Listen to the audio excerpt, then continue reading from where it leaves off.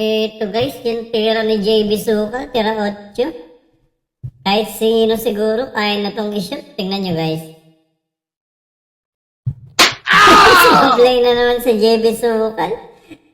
Yan, ano na kaya nangyari sa tumbok ni JB Sukal guys? Sa nakakaalam kung ano na nangyari kay JB Sukal, paki-comment naman dito. Ba't ganito na yung tira nito? Puro tutok, puro sablay.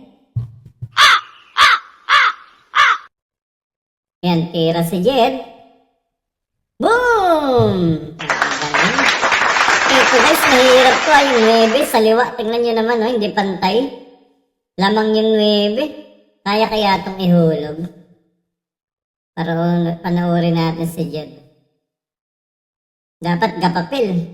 Wow! Napakagalit. May pasok pala yun. Galing talaga ng Jed bata. Kung hindi lang to pagod, nag-champion to guys. Ayun.